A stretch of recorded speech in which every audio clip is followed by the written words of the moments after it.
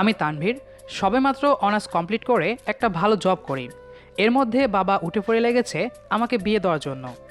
তাই প্রত্যেক সপ্তাহে মেয়েদের পরিবারের কাউকে না কাউকে আমাকে দেখতে যেতে হয়।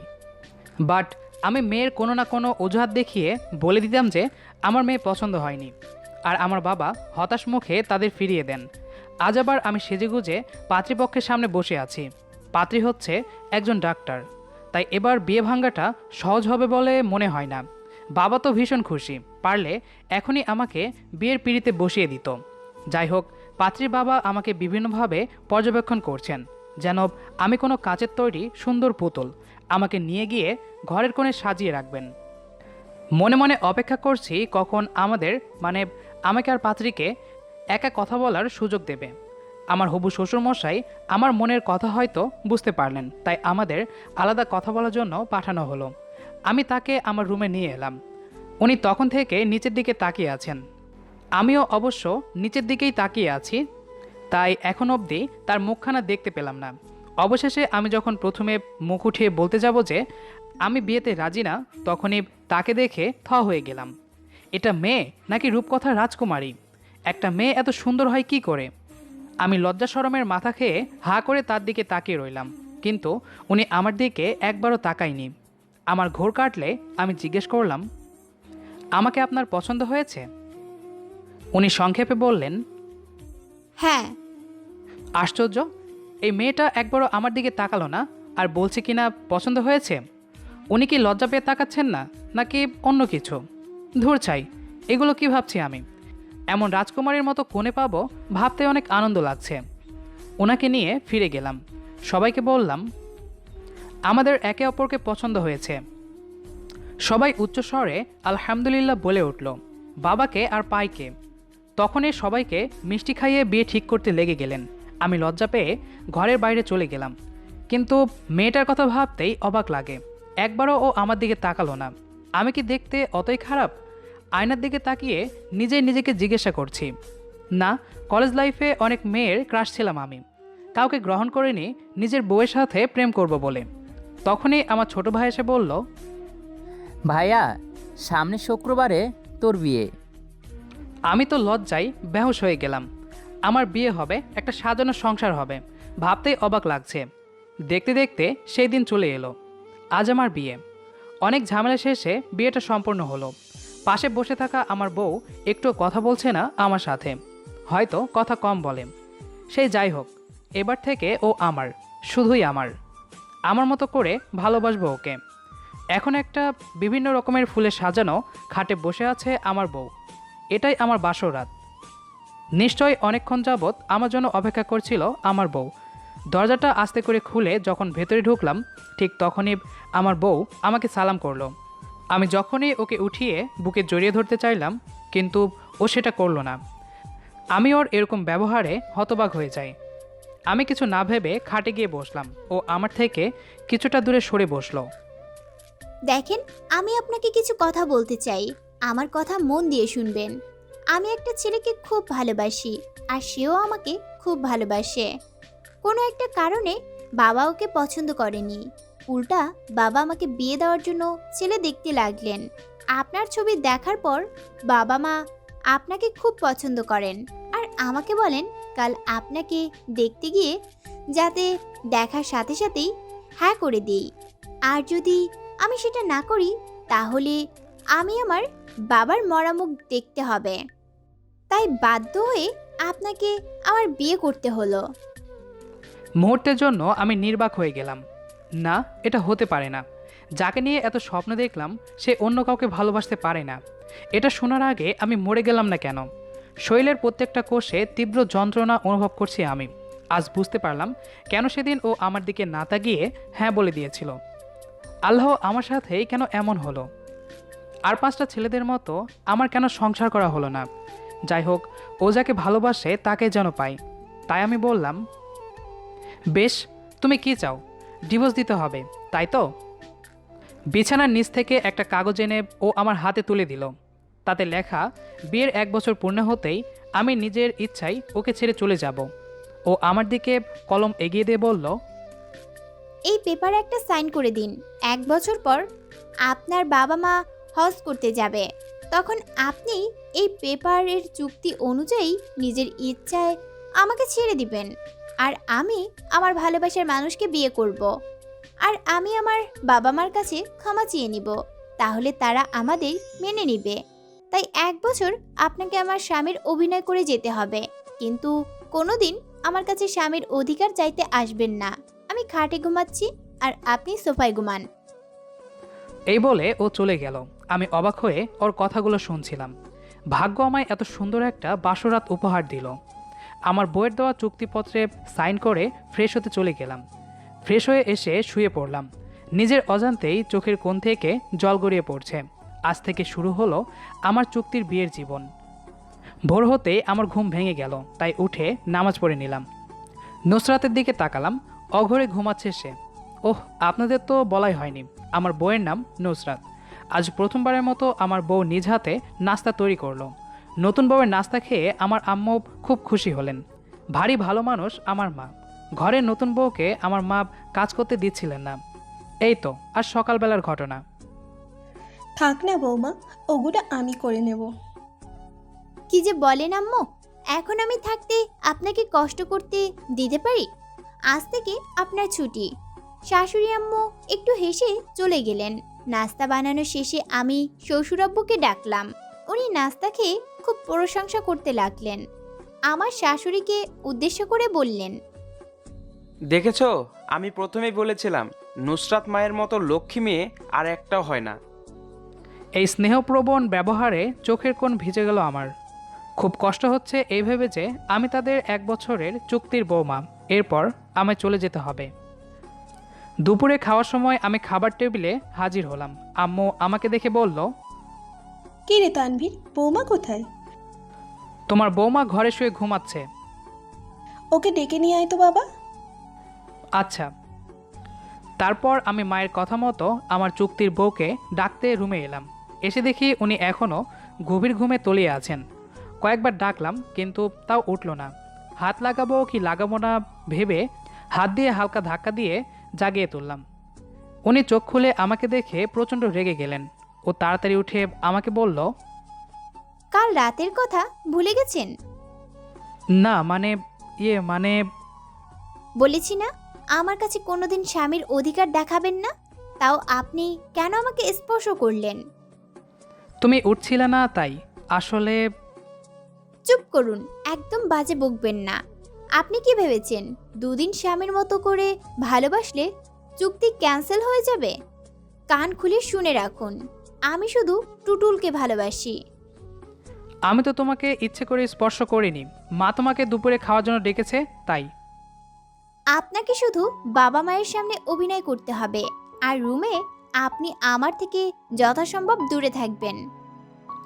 এই বলে নুসরাত টাওয়াল নিয়ে ফ্রেশ হতে চলে গেল। আমি দাঁড়ানো থেকে বসে পড়লাম। একটা মানুষ আমায় এতটা ঘৃণা করে। আমাকে যদি এতই খারাপ লাগতো তাহলে কেন সে আমায় বিয়ে করলো? কেন ও আমার জীবন নষ্ট করলো? আমি কি অন্যায় করেছিলাম যে আমাকে আমার স্ত্রীর ভালোবাসার পরিবর্তে ঘৃণা পেতে হচ্ছে? তারপর আমি দুপুরে খাওয়া দাওয়া শেষ করে একটু বাইরে বের হলাম। সারাদিন আমার মায়ের সাথে বেশ ভালোই কাটে নুসরাতের। আর আমার আব্বু তো নুসরাতকে 2-1 মিনিটের জন্য মন খারাপ করে থাকতে দেন না। নুসরাত তাদের সাথে থাকলে নিজের সব কষ্ট ভুলে যায়। এভাবে বেশ কয়েকদিন কেটে গেল। আমার ভালো থাকার অভিনয় খুব ভালোই চলছে। নুসরাত সারা রাত তার প্রেমিক তথা টুটুলের সাথে ফোনে কথা বলে, আর আমি খাটের এক কোণে নীরবে চোখে জল ফেলি। ভাবতে থাকি আমি 1 বছর পর কি করব। বাবা মাকে কি করে মুখ দেখাবো? সমাজ তো আমাকে মেনে নেবে না। এইসব ভেবে রাত পার করে দিই। তারপর আমি একদিন আমাদের রুম পরিষ্কার করছিলাম। বিয়ের পর নুসরাতের আলমারিটা আজ পর্যন্ত কখনো ধরিনি। এই রুমে থাকা সত্ত্বেও দুজনের প্রত্যেক জিনিস আলাদা। জানি ওর আলমারি ধরার অনুমতি আমার নেই, কিন্তু আমি পরিষ্কার না করলে আর কে করবে? তাই আমি আলমারি খুললাম। দেখলাম নুসরাত তার সব কাপড়চোপড়গুলো এলোমেলো করে রেখেছে। কাপড়চোপড় গোছাতে গিয়ে আরও কিছু জিনিস আমার চোখে পড়ল। দেখলাম টুটুলের দেওয়া কয়েকটা গিফট আর লাভ লেটার আর একটা ডায়েরি। ডায়েরিটা হাতে নিয়ে মাত্র পড়তে যাব, অমনি আমার ডায়েরি নিয়ে তুমি কি করছিলে? ও বলার সাথে সাথেই সজোরে থাপ্পড় মারল আমায়। চোখের জল বাধাহীনভাবে গড়িয়ে পড়ছে। নুসরাত আরও চেঁচাতে লাগলো। তোমার মতো বেহায়া ছেলে আমি জীবনেও দেখিনি। কতবার বললাম তুমি আমার কেউ না, তাহলে আমার জিনিসে হাত দেওয়ার সাহস কে দিল তোমায়? বেরিয়ে যাও আমার চোখের সামনে থেকে। Get lost. আর ওখানে দাঁড়িয়ে না থেকে যত দ্রুত সম্ভব ছাদে চলে গেলাম। গালটা খুব ব্যথা করছে। আমি কখনো চর খাইনি। আমার বাবা মা খুব আদরে বড় করেছে আমায়। মানুষ হয়তো ঠিকই বলে চরের আঘাতের চেয়ে কথার আঘাত অনেক বেশি কষ্টদায়ক। আমি মানলাম নুসরাত আমাকে তার স্বামী হিসেবে মেনে নেয়নি, কিন্তু আমি তো জোর করে কিছু চাইনি ওর কাছে। ওর কথা মতোই 1 বছর পর ওর জীবন থেকে অনেক দূরে চলে যাব।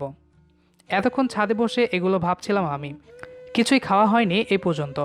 তারপর আমি আম্মুর ডাকে নিচে চলে গেলাম। এর আগে মনে পড়ল নুসরাত তো আমাকে চর মেরেছে। নিশ্চয় আমার গালে দাগ পড়ে গেছে, কারণ কোনো দিন আমি চর খাইনি। তাই আমি পানি দিয়ে গাল ধুয়ে নিলাম, যাতে আম্মু আব্বু বুঝতে না পারে। নিচে গিয়ে দেখলাম নুসরাত টেবিলে বসে খাবার খাচ্ছে। আম্মু আমাকে উদ্দেশ্য করে বলল, কে রে, কোথায় চলে গিয়েছিলি? কিছু না আম্মু, তোমরা খাও। এই বলে আমিও একটা চেয়ার নিয়ে বসে পড়লাম টেবিলে। এমনভাবে খাচ্ছি যেন কিছুই হয়নি। নুসরাতও নিচের দিকে তাকিয়ে আছে। হঠাৎ আব্বু আমাকে বলল, তানভীর, অনেক দিন তো হলো তোদের বিয়ের, বৌমাকে নিয়ে কোথাও বেড়াতে যাবি না? আমি একবার নুসরাতের দিকে তাকিয়ে বললাম, আসলে বাবা এখন অফিসে অনেক কাজ, এখন চাইলেও ছুটি দেবে না বস। সে কি রে, ছুটি দেবে না কেন? নতুন বিয়ে হয়েছে তোর। বাবা আমার অফিসে দেরি হয়ে যাচ্ছে, এখন আসি। এই বলে আমি সেখান থেকে চলে আসলাম। আর মনে মনে আব্বুকে বলতে লাগলাম, যে মেয়ে আমাকে এত ঘৃণা করে সে নিশ্চয় আমার সাথে ঘুরতে যাওয়ার কথা কখনোই কল্পনা করবে না। এভাবে দেখতে দেখতে 6 মাস পেরিয়ে গেল। এতদিনে আমি আর কিছু পাই বা না পাই, নিজের মনের মতো বাবা মা পেয়েছি। তারা কোনো অংশে আমাকে অসুখে থাকতে দেননি। আর আমাকে ছাড়া তো তাদের এক পাও চলে না যেন। তাদের এত ভালোবাসা পেয়ে মনে হয় আমার সারা জীবন নুসরাতের ভালোবাসা না পেলেও চলবে। কিন্তু কথাই আছে, বইয়ের ভালোবাসা না পেলে পৃথিবীর সব সুখ যেন মলিন হয়ে যায়। এই 6 মাসে খুব দরকারি কিছু কথা ছাড়া নুসরাত আমার সাথে কোনো কথা বলেনি। নুসরাত ও টুটুলের সাথে কথা বলে পার করত। আর আব্বু আম্মু মনে করত নুসরাত আমাকে অনেক ভালোবাসে। তাদের সামনে নুসরাত খুব ভালো অভিনয় করে। মাঝে মাঝে আমি নিজেই ভুলে যাই যে আমিও আসলে অভিনয় করছি। একদিন শুক্রবারে আমার অফিস বন্ধ ছিল, তাই বাসায় বসে টিভি দেখছিলাম। নুসরাত আর আম্মু তখন রান্নাঘরে সবজি কাটায় ব্যস্ত। হঠাৎ ছুরির আঘাত লেগে নুসরাতের হাত কেটে যায়। প্রচণ্ড ব্লাড বের হতে শুরু করে। আম্মুর চিৎকার শুনে আমি দৌড়ে ফার্স্ট এইড বক্স নিয়ে খুব যত্ন করে আমার বউ তথা নুসরাতের হাত ব্যান্ডেজ করতে লাগলাম। আর ও আমার দিকে মুগ্ধ হয়ে কতক্ষণ তাকিয়ে রইল। আমিও মুগ্ধ হয়ে দেখছিলাম আমার রাজকন্যাকে। কত স্বপ্ন ছিল এই রাজকন্যা খুব ভালোবাসবে আমায়। মনের অজান্তে চোখের কোণ থেকে স্রোতের মতো জল গড়িয়ে পড়ছে। না ব্যথায় নয় কষ্টে, এটা শুধুমাত্র অভিনয়। কেউ দেখে ফেলার ভয়ে তাড়াতাড়ি চোখের জল মুছে ফেললাম। তারপর আমি আম্মু আব্বুর সামনে নুসরাতকে আস্তে আস্তে ধরে রুমে নিয়ে গেলাম। আর দরজা বন্ধ করে শুধু এইটুকুই বললাম, যখন কাজ করো তখন নিজের খেয়াল রাখতে পারো না? তারপর ও একটু হেসে বলল, আর তো মাত্র 6 মাস, একটু সহ্য করো, তারপর তো চলে যাব। নুসরাত আমার দিকে কিছুক্ষণ তাকিয়ে থেকে বারান্দায় গিয়ে টুটুলের সাথে ফোনে কথা বলতে শুরু করে দিল। আমি পলক্ষীনভাবে ওর হাতের ব্যান্ডেজের দিকে তাকিয়ে রইলাম। এটাই আমার নুসরাতের সাথে প্রথম স্পর্শ। সকলে অবাক হচ্ছেন, তাই না? এটাই সত্যি। একটু বসে রইলাম খাটে। বারান্দা থেকে নুসরাতের ফোন থেকে কথা বলা শোনা যাচ্ছে। আরে বাবুটা, আর তো মাত্র 6 মাস, এরপর আপদ থেকে বিদায় দিয়ে দিব, আর তুমি আর আমি নতুন জীবন শুরু করব। সত্যিই তো বলেছে নুসরাত, আমি আপদ ছাড়া আর কি। একটু অপেক্ষা করো নুসরাত, 6 মাস পর এই আপদ তোমার জীবন থেকে অনেক দূরে চলে যাবে। তোমার আর টুটুলের সুখের মাঝে আর কোনো দিন বাধা হয়ে দাঁড়াবে না। মনে মনে কথাগুলো বলতে লাগলাম, কিন্তু কষ্ট হয় ওই দুটো মানুষের কথা ভেবে যারা নুসরাতকে নিজের মেয়ের মতো ভালোবাসে।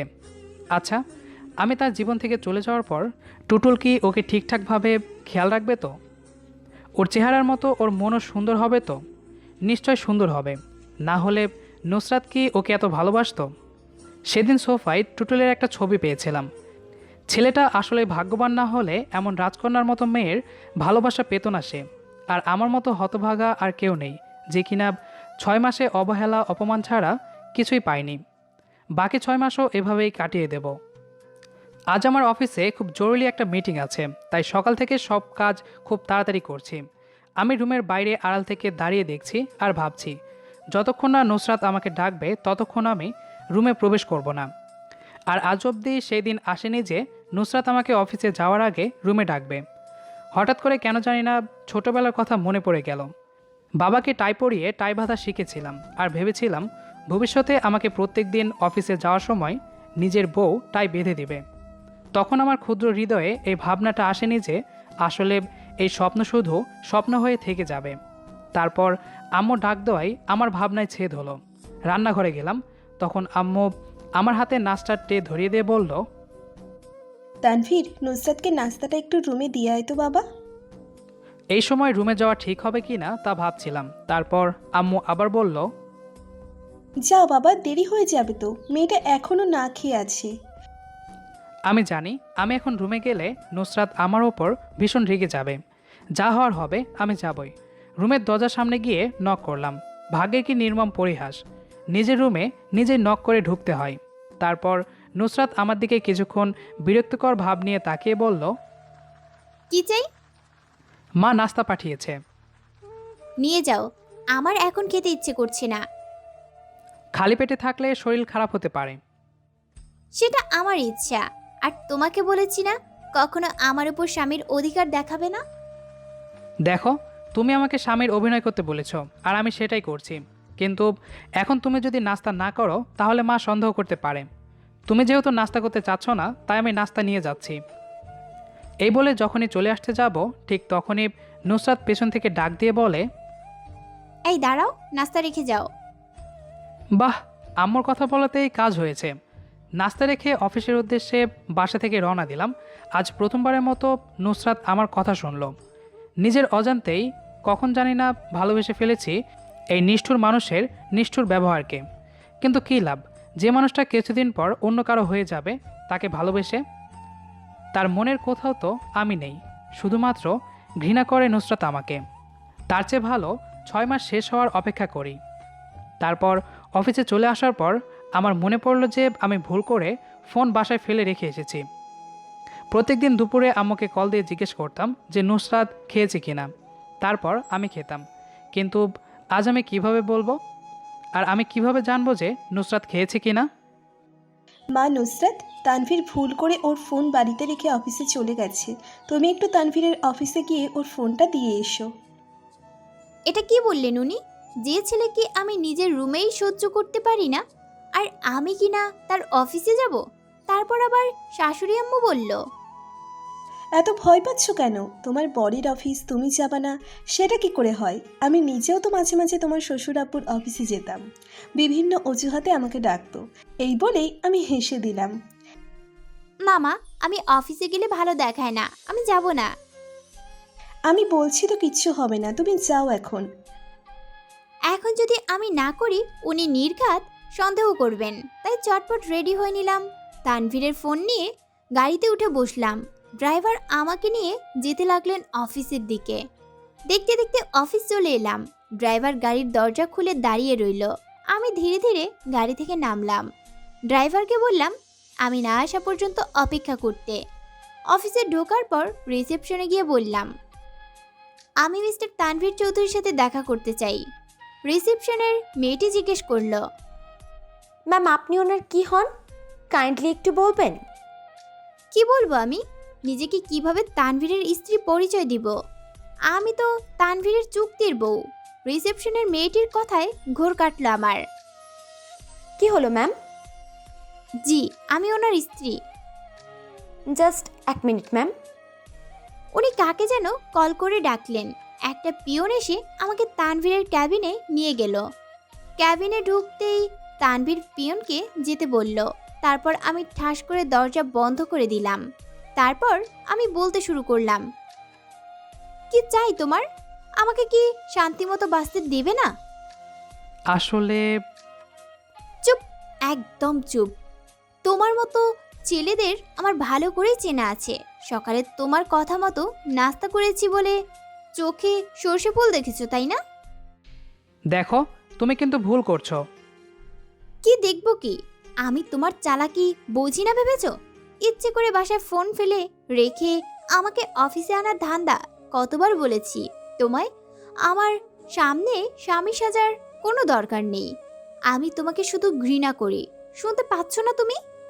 শুধু ঘৃণা। I just hate you. এই বলে নুসরাত চলে গেল। অফিসের সব স্টাফের সামনে নুসরাত এইভাবে আমায় অপমান করতে পারলো? কি অন্যায় করেছিলাম আমি আল্লাহ? কোন পাপে শাস্তি দিচ্ছ আমায়? নিজের মনে মনে কথাগুলো ভাবতে লাগলাম। আরেক মুহূর্ত সেখানে দাঁড়িয়ে না থেকে অফিস থেকে বাইরে চলে আসলাম। অনেক কষ্টে কান্না চেপে রাখলাম ড্রাইভারের সামনে। বাসায় এসে কারোর সাথে কথা না বলে রুমে ঢুকে দরজা বন্ধ করে দিলাম। বাথরুমে শাওয়ার ছেড়ে দিয়ে চিৎকার দিয়ে কাঁদতে লাগলাম। এখন আমার কান্না কেউ শুনতে পাচ্ছে না, কেউ না। অনেকক্ষণ ভেজার পর বের হয়ে আসলাম। তারপর আম্মুর কাছে গেলাম। উনি রান্না করছিলেন। আমি গিয়ে আম্মুকে জড়িয়ে ধরলাম। উনি বললেন, কি হয়েছে তানভীর? নুসরাত কিছু বলেছে? না মানে আজ তোমার কথা খুব মনে পড়ছে। পাগল ছেলের কথা শোনো। আমি কি চিরদিনের মতো চলে যাচ্ছি নাকি? না মা, আসলে তা নয়। আসলে অনেক দিন পর তোমাকে সময় দিতে পারি না তো, তাই বললাম। পাগল ছেলে একটা। এ কি তানভীর, তোর গায়ে তো অনেক জ্বর। হঠাৎ আমার মাথাটা ঝিমঝিম করে উঠল। এরপর আর কিছু মনে নেই। জ্ঞান ফেরার পর দেখি আমি আমার রুমের বিছানায় শুয়ে আছি, আর পাশে আমার আম্মু কেঁদে কেঁদে আমার মাথায় জলপট্টি দিচ্ছেন। আর ওনার পাশে বসে থাকা ডাক্তারের সাথে আমার আব্বু কথা বলছেন। আমার তানভীর ভালো হয়ে যাবে তো ডাক্তার? ওনাকে জ্বর কমার ইঞ্জেকশন দিয়ে দিছি আর কিছু ওষুধ দিয়েছি, এগুলো খেলে জ্বর কমে যাবে। জি ধন্যবাদ, চলুন আপনাকে এগিয়ে দেই। ওনারা বেরিয়ে গেল।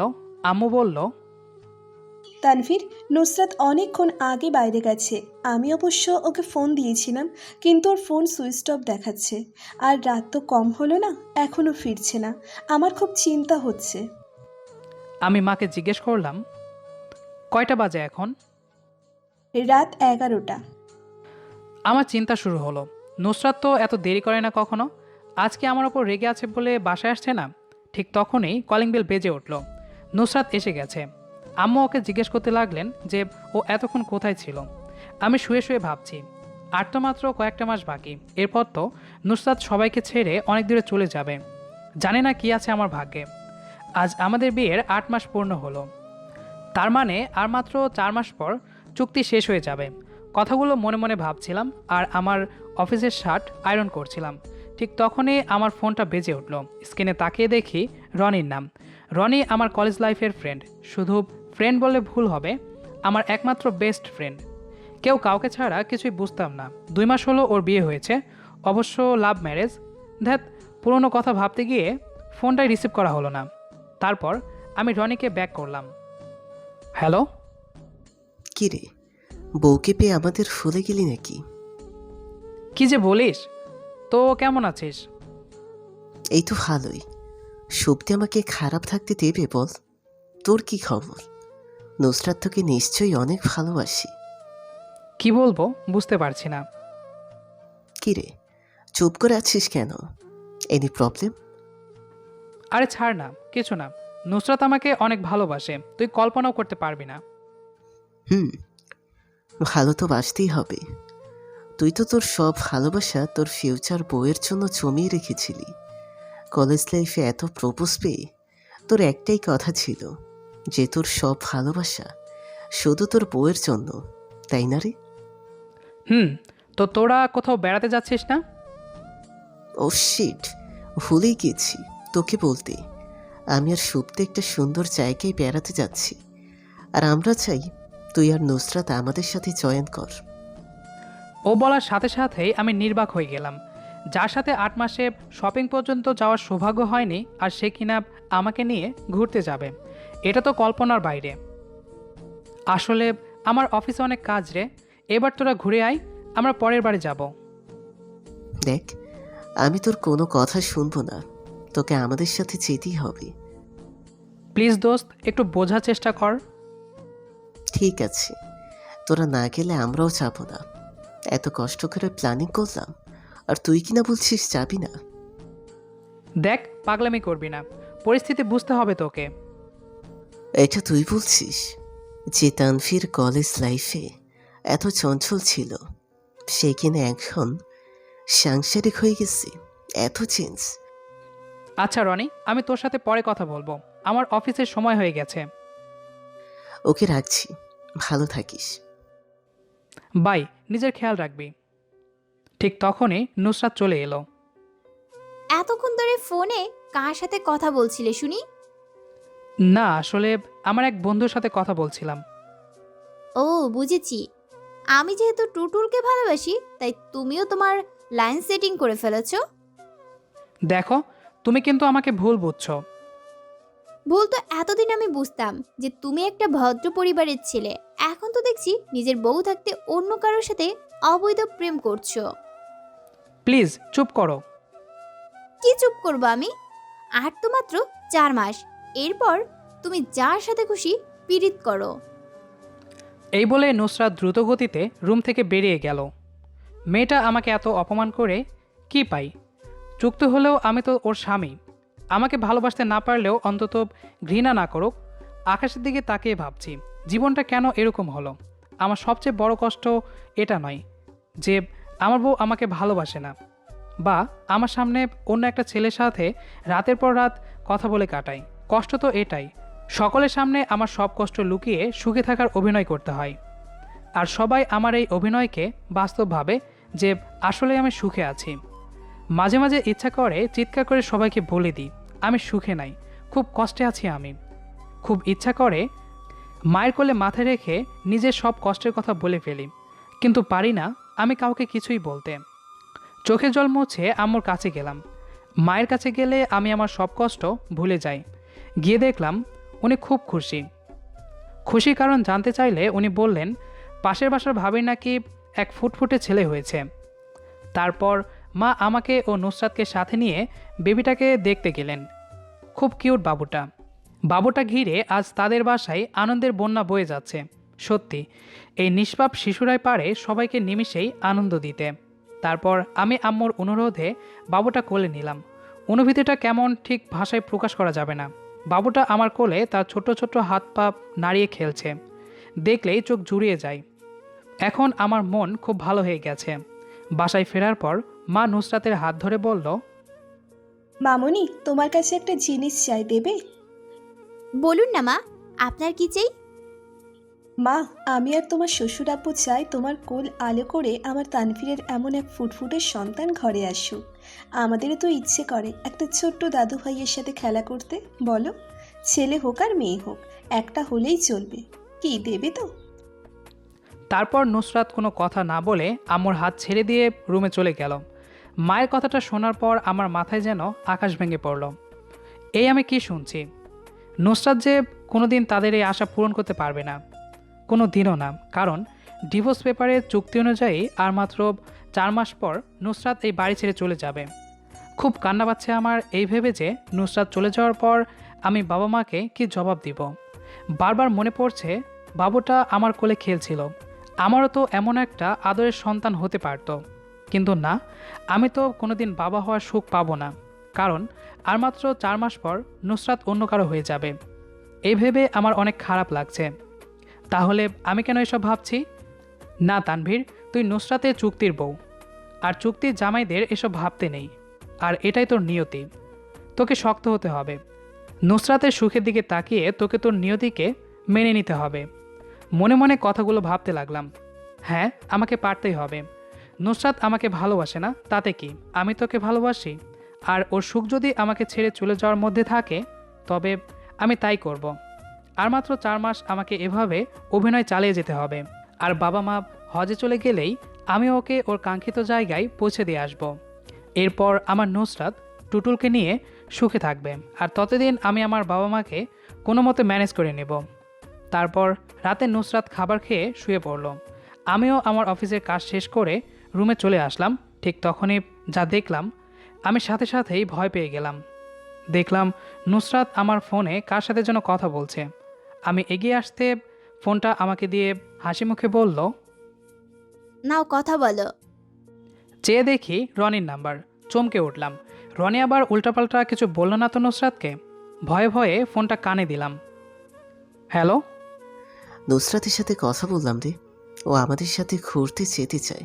প্লিজ তুই না করিস না। কথাটা শোনার পর নিজের কানকে বিশ্বাস করতে পারছি না। আমি অবাক দৃষ্টিতে নুসরাতের দিকে চেয়ে দেখলাম ও মুচকি হাসছে। আচ্ছা ঠিক আছে। আর শোন, কাল আমি আর তুই শপিং করব, রেডি থাকবি। এই বলে ফোন কেটে দিল রনি। তারপর আমি নুসরাতের কাছে গেলাম। এইসবের মানে কি? তুমি ওর কাছে মিথ্যা বললে কেন? আমি তো মিথ্যা বলিনি। মানে? মানে তো খুব সোজা। তুমি আমার জন্য 8 মাস ধরে অভিনয় করে অনেক উপকার করেছো, বিনিময়ে আমারও কিছু করা উচিত, তাই না? এমনিও আমি ফ্রিতে কাউকে দিয়ে কাজ করাই না। দেখো নুসরাত, এটা কিন্তু বাড়াবাড়ি হচ্ছে। এত কথা না বলে চুপ করে ঘুমাও। আর ওই ড্রয়ারে 10,000 টাকা আছে, কাল শপিং করতে লাগবে।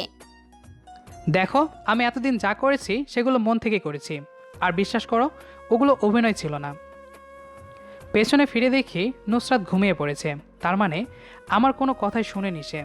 আমিও ঘুমিয়ে পড়লাম। সকালে উঠে রনির সাথে শপিং মলে গেলাম। রনির নিজের জন্য আর আমার জন্য ম্যাচিং করে টি শার্ট কিনলো। ওর এই অভ্যাসটা এখনও যায়নি। কলেজ লাইফেও সব কিছু ম্যাচ করে কিনতাম আমরা। যাই হোক, আমি আম্মু আর আব্বুর জন্যও জামা কিনলাম। রনি ওর স্ত্রীর জন্য একটা শাড়ি কিনেছে। আমাকে বলল, কি রে, তুই নুসরাতের জন্য কিছু নিবি না?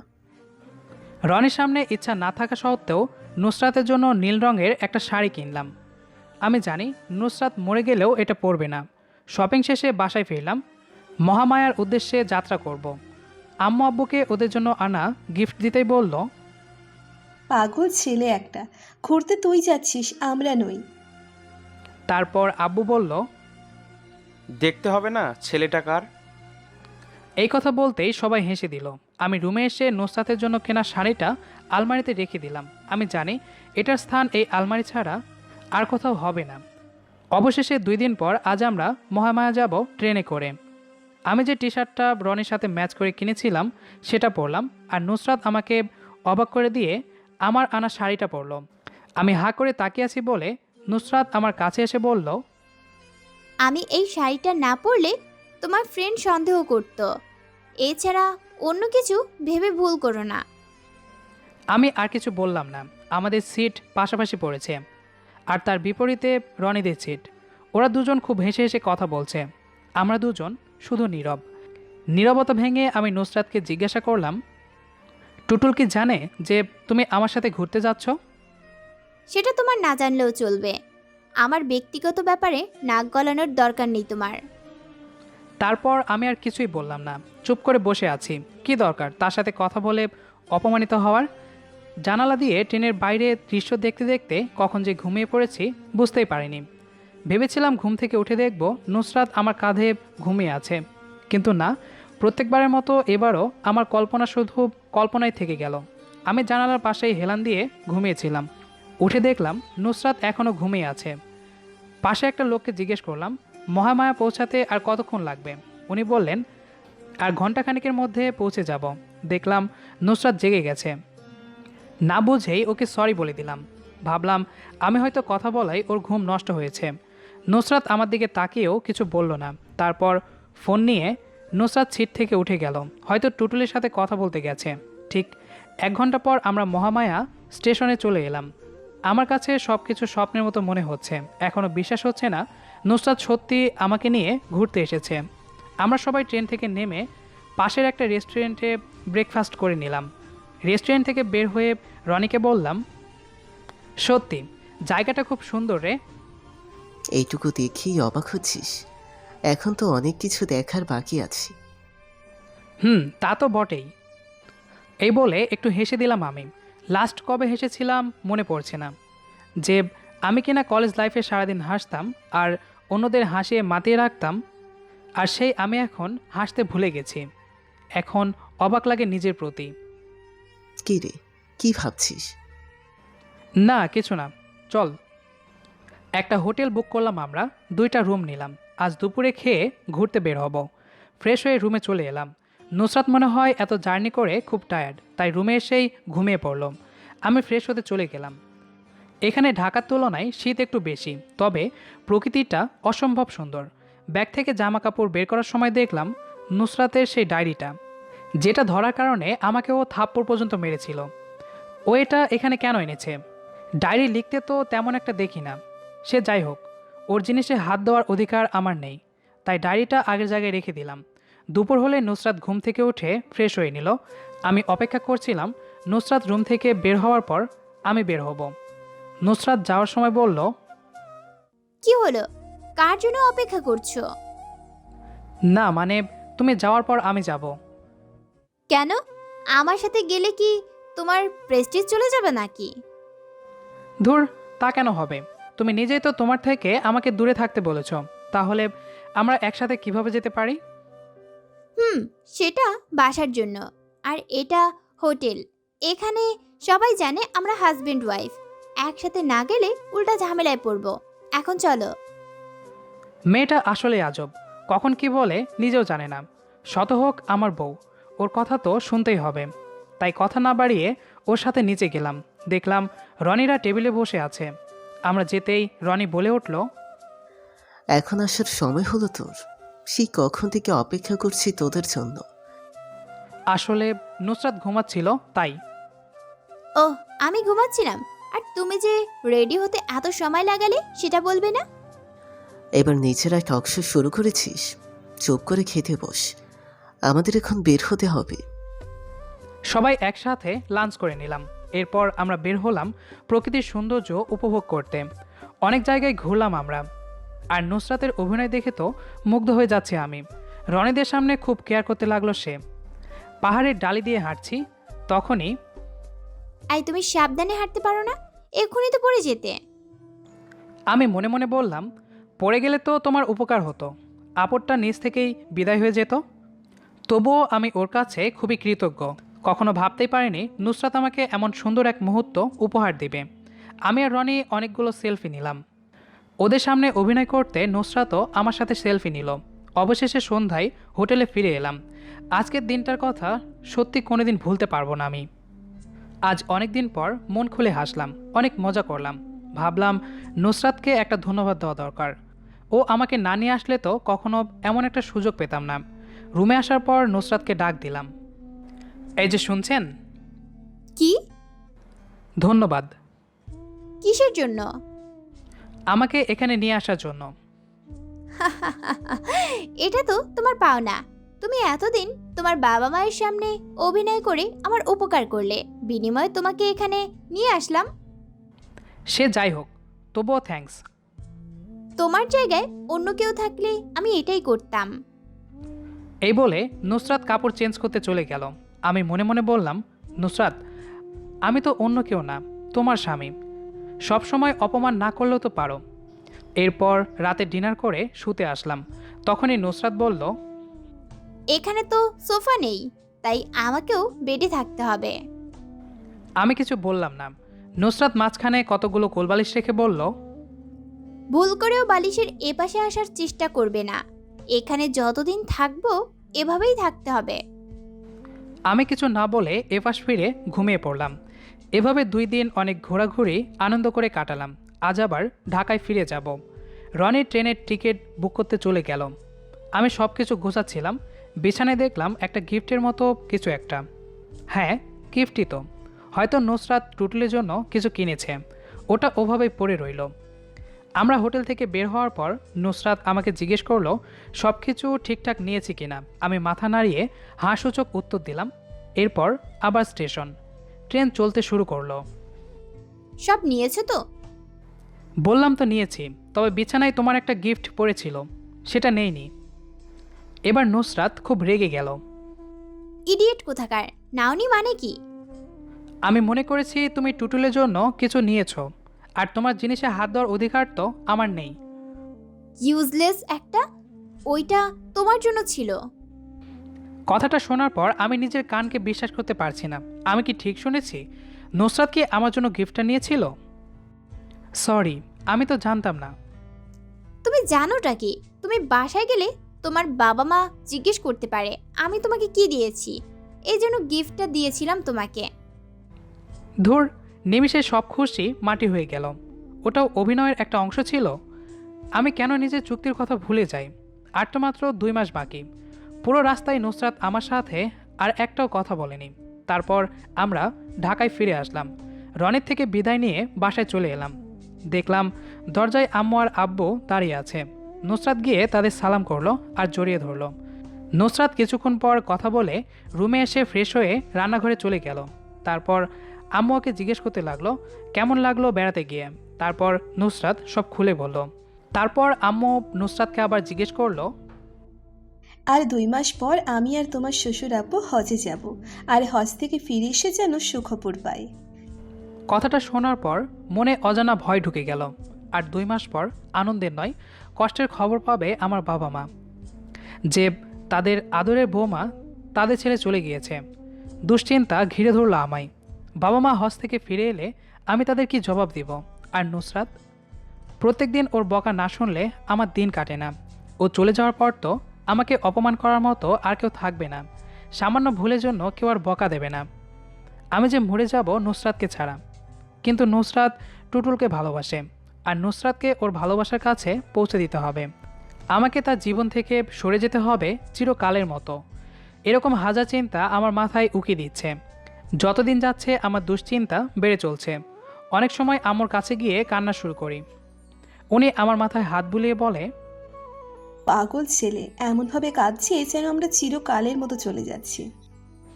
তখন আমার আরও বেশি কান্না পাই। আফসোস, আমি যদি আম্মুকে বলতে পারতাম যে এটাই সত্যি, আর কোনোদিন দেখা হবে না তাদের বৌমার সাথে। আমি আর কিছুই ভাবতে পারছি না। এর চেয়ে ভালো যদি কেউ আমাকে বলতো আমি আর বেশি দিন বাঁচবো না, তাহলে হয়তো এতটা কষ্ট হতো না। কিন্তু আমাকে তো বেঁচে থাকতে হবে, নিজের জন্য না হোক আমার বাবা মার জন্য। তবুও নুসরাতের সুখের জন্য আমি সব পারবো, সব। দিন যতই যাচ্ছে ততই মনে হচ্ছে কেউ যেন একটু একটু করে আমার প্রাণ বের করে নিচ্ছে। আর মাত্র 1 সপ্তাহ বাকি, এরপর সব শেষ হয়ে যাবে। এই 1 সপ্তাহের মধ্যে আমাকে কিছু একটা করতেই হবে। আমি আমার বাবা মাকে কখনোই কষ্ট দিতে পারবো না। তাই আমি ঠিক করেছি নুসরাত চলে যাওয়ার পর আমি বাবা মার সুখের জন্য আরেকটা বিয়ে করব। পরে বাবা মা হজ করে ফিরে এলে কিছু একটা বলে ম্যানেজ করব।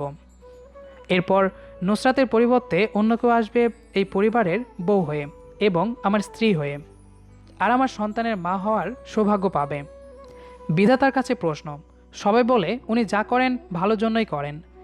তাহলে আমার এই সর্বনাশের পর কোন ধরনের ভালো হবে?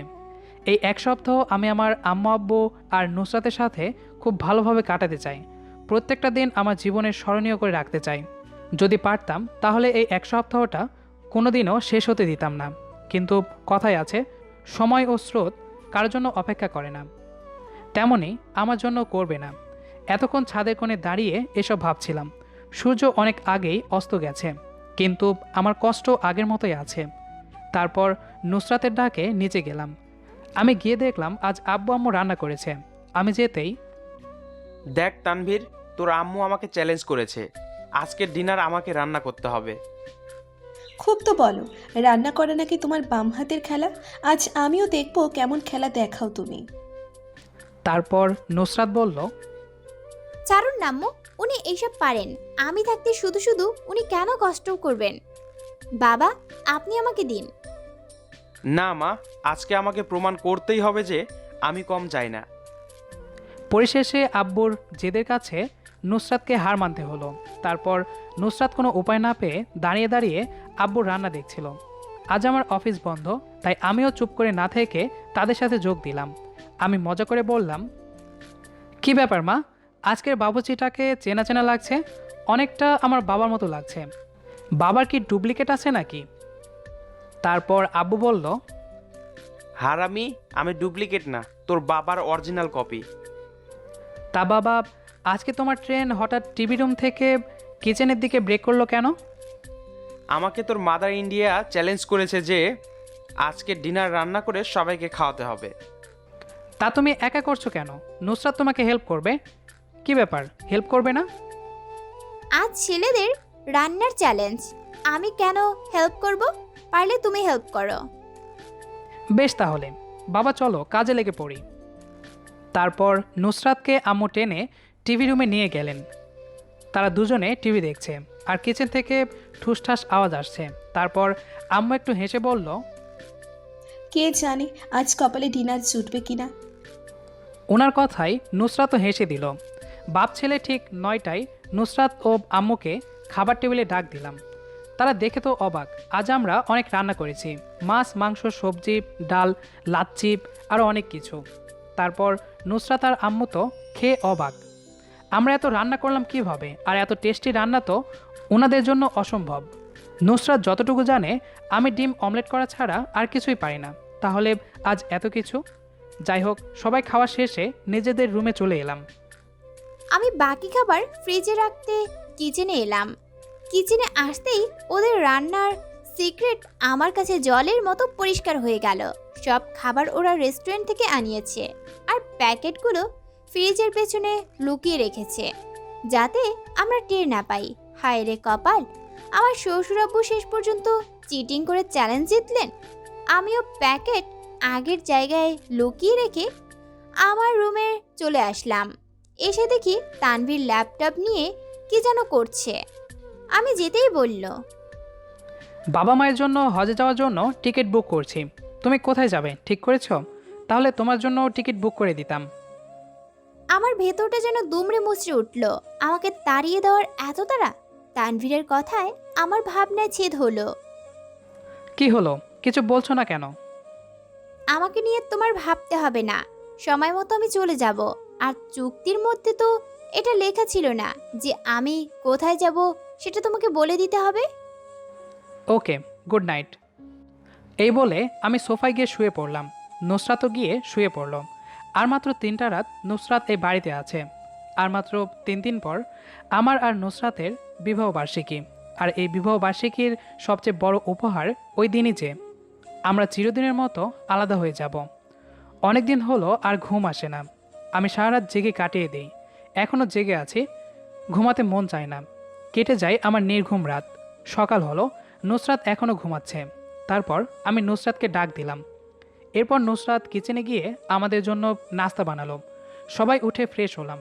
নাস্তা করে আমি প্রতিদিনের মতো অফিসে যাওয়ার জন্য রেডি হচ্ছিলাম। কাল আম্মু আর আব্বু চলে যাবেন, তাই ওনাদের ব্যাগ গোছাতে সাহায্য করছে নুসরাত। তখনই মা, আমরা যাওয়ার পর তানভীরের খেয়াল রেখো, কখনো ওকে ছেড়ে যেও না। তুমি ওর জীবন সাথী, সারা জীবন ওর পাশে থাকবে, কথা দাও আমায়। আমি আর কান্না ধরে রাখতে পারলাম না, কেঁদেই যাচ্ছি। বুঝতে পারছি না ওনাকে কি জবাব দেব। উনি আমার কান্না দেখে অবাক হচ্ছেন। তারপর আমাকে জিজ্ঞেস করলেন, কি হয়েছে মা? কোনো সমস্যা হলে আমাকে বলো। আমি কি কাজটা ঠিক করছি? শেষ মুহূর্তে আমি তানভীরের ভালোবাসাকে হারাতে দিতে পারি না। আমাকে শক্ত হতে হবে। না মা, আপনাদের ছাড়া থাকতে খুব কষ্ট হবে, তাই নিজেদের খেয়াল রাখবেন আপনারা। তা তো রাখবই। আমাদের তো বেঁচে থাকতেই হবে। তোর কোলে তানভীরের সন্তান দেখা ছাড়া আমরা কোথাও যাব না। আমরা এসে যেন সুসংবাদটা পাই। আমি কিছু না বলে রুমে চলে এলাম। ওনারা আমার উপর এত দায়িত্ব দিয়ে যাচ্ছেন আর আমি কিনা একটাও পূরণ করতে পারবো না। আরেকটি নির্ঘুম রাত শেষে সকাল হলো। বাবা মা রেডি হয়ে বের হচ্ছেন। তানভীর তাদের এয়ারপোর্ট অবধি এগিয়ে দিতে গেল। ওনারা শেষবারের মতো আমাকে জড়িয়ে ধরলো। মন ভরে তাদের দেখে নিচ্ছি। হৃদয় ছিন্ন বিচ্ছিন্ন হয়ে যাচ্ছে। আজ সব হারিয়ে যাবে আমার কাছ থেকে। আমি আর সেখানে দাঁড়িয়ে থাকতে পারলাম না। রুমে এসে দরজা বন্ধ করে দিলাম। তানভীর ওনাদের নিয়ে চলে গেল। আমার কাল চলে যাওয়ার কথা, কিন্তু না, আমি তানভীরকে ছাড়া আর এক মুহূর্ত থাকতে পারছি না। এতদিনে আমি তানভীরকে ভালোবেসে ফেলেছি। যে শ্বশুর শাশুড়ি আমাকে নিজের মেয়ের মতো দেখে এসেছে, আর আমি কি না তাদের সঙ্গে বেইমানি করব? না, তা হয় না। কিছুক্ষণ পর আমি কোনো একটা প্রয়োজনে বাসার বাইরে বের হলাম। বের হতেই দেখলাম টুটুল একটা মেয়ের হাত ধরে পার্কে বসে খুব হাসি ঠাট্টা এবং কথা বলছে। এটা দেখার পর আমার অনেক খারাপ লাগে। মনের অজান্তেই চোখ থেকে কয়েক ফোঁটা পানি গড়িয়ে পড়লো আমার। যাকে এতদিন বিশ্বাস করলাম, ভালোবাসলাম, আর সে কিনা আজ আমার বিশ্বাস নিয়ে খেলা করেছে। আমার অনেক কান্না করতে ইচ্ছে করলো। আর এতদিন ধরে আমি তানভীরকে কতই না কষ্ট দিয়েছি, অবহেলা করেছি। আমি তানভীরের কাছে ক্ষমা চেয়ে নেব। কিছুক্ষণ পর তানভীর এয়ারপোর্ট থেকে বাসায় চলে এলো। আমি সাথে সাথে তানভীরের পা ধরে বলতে শুরু করলাম, প্লিজ তুমি আমাকে ক্ষমা করে দাও। আমি না বুঝে এরকম ভুল করে ফেলেছি। এতদিনে আমি তোমার ভালোবাসা বুঝতে পারিনি। প্লিজ আমায় মাফ করে দাও। এই তুমি কি করছো? আমার পা ছাড়ো। আগে বলো তুমি আমাকে মাফ করে দিয়েছো। আচ্ছা আচ্ছা ঠিক আছে, আমি তোমাকে ক্ষমা করে দিয়েছি, এবার তো পা ছাড়ো। এই কথা বলতেই নুসরাত আমাকে জড়িয়ে ধরে কান্না করতে লাগলো। বেশ কিছুদিন যাওয়ার পর আমাদের একটা কিউট বাবু হয়েছে। এতে আমার বাবা মা অনেক খুশি হয়েছে। আনন্দের বন্যা বয়ে গেল তাদের মাঝে। এটা দেখে আমি খুশিতে কান্না করে দিলাম। সকলে আমাদের জন্য দোয়া করবেন। গল্পটি আপনাদের কাছে কেমন লেগেছে সেটি অবশ্যই কমেন্ট করে জানাবেন। দেখা হচ্ছে আবার নতুন কোনো গল্প নিয়ে। সে পর্যন্ত আমাদের সাথেই থাকুন। ধন্যবাদ সবাইকে।